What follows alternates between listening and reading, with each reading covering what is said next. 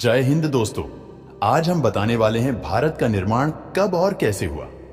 इंसान और जीव जंतुओं के विकास से पहले धरती का स्वरूप कुछ अलग था।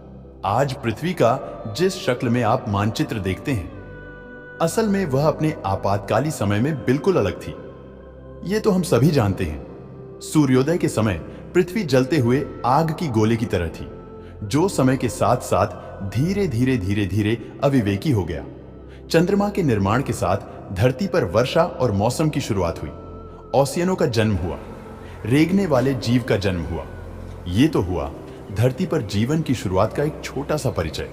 लेकिन आप क्या जानते हैं कि इस पृथ्वी पर अलग अलग देश कैसे बने? भारत का जन्म कैसे हुआ?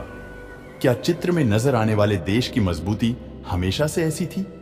अगर आप भी इस तरह के किसी प्रश्न का उत्तर ढूंढ रहे हैं तो आपको यह वीडियो को लास्ट तक देखें। एक बार फिर हम बात करेंगे धरती पर भारत देश के निर्माण की।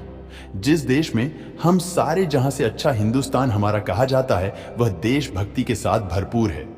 ये जानना भी बेहद जरूरी है। हमारे भारत का निर्माण कैसे हुआ और इसके पीछे क्या कारण है। तो आइए, वीडियो शुरू करने से पहले आप हमारे चैनल पर नए हैं तो चैनल को सब्सक्राइब करें और घंटा को जरूर प्रेस करें ताकि आने वाली वीडियो को नोटिफिकेशन सबसे पहले आपको मिले। तो आइए शुरू करते हैं आज की वीडियो। आज हम मानचित्र या जिस सैटेलाइट से पृथ्वी को देखते हैं, असल में करोड़ों साल पहले इसका रंग बिल्कुल अलग था। आज से करीब 225 करोड़ साल पहले धरती पर मौजूद हर हिस्से की यात्रा हुई थी। अर्थात किसी भी देश की कोई सीमा या कोई खंड नहीं था। सब कुछ भूमि का एक बड़ा हिस्सा था। धरती के इस विशाल महाखंड को पैंजिया नाम से जाना जाता है, जिससे टूटकर अलग हुए देश आज विभिन्न नामों से जाने जाता है। समुद्र के पानी में तैरती हुई जमीन के ये हिस्से एक जगह से दूसरी जगह जाने लगे और मिलो दूर के व्यापारी रुक गए।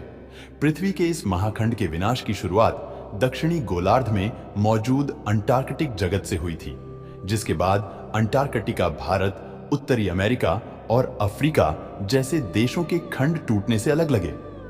पृथ्वी के गर्भ में प्लेटों के खिसकने की प्रक्रिया लगातार चलती रहती है।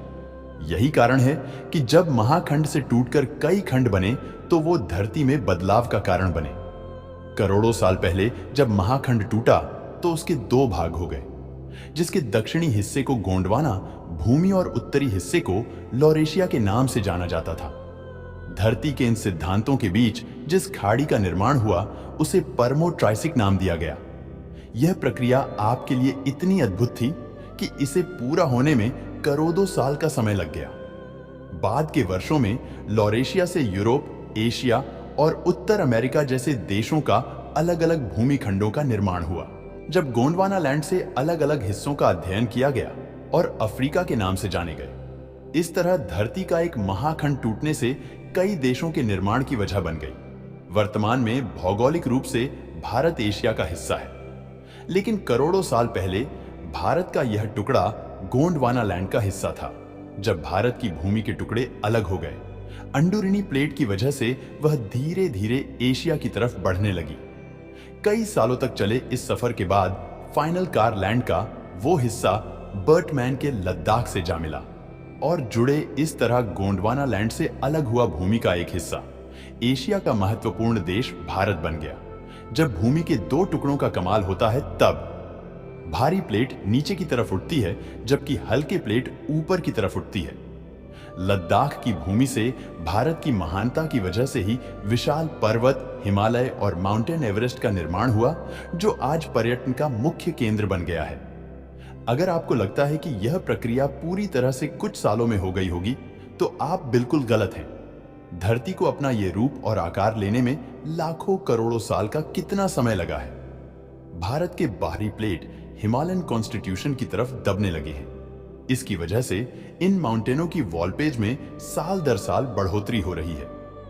हालांकि लगातार हो रहे इन बदलावों को आप और हम आसानी से पहचान नहीं सकते हैं, लेकिन वैज्ञानिक इस बात को अच्छे तरह से समझा जाता है कि धरती में क्या क्या बदलाव हो रहे हैं, भारत का निर्माण कैसे हुआ। हालांकि जिस तरह के बदलते समय के साथ धरती पर तरह तरह के बदलाव आए हैं, उसी तरह अलग अलग देशों का भौगोलिक निर्माण हुआ।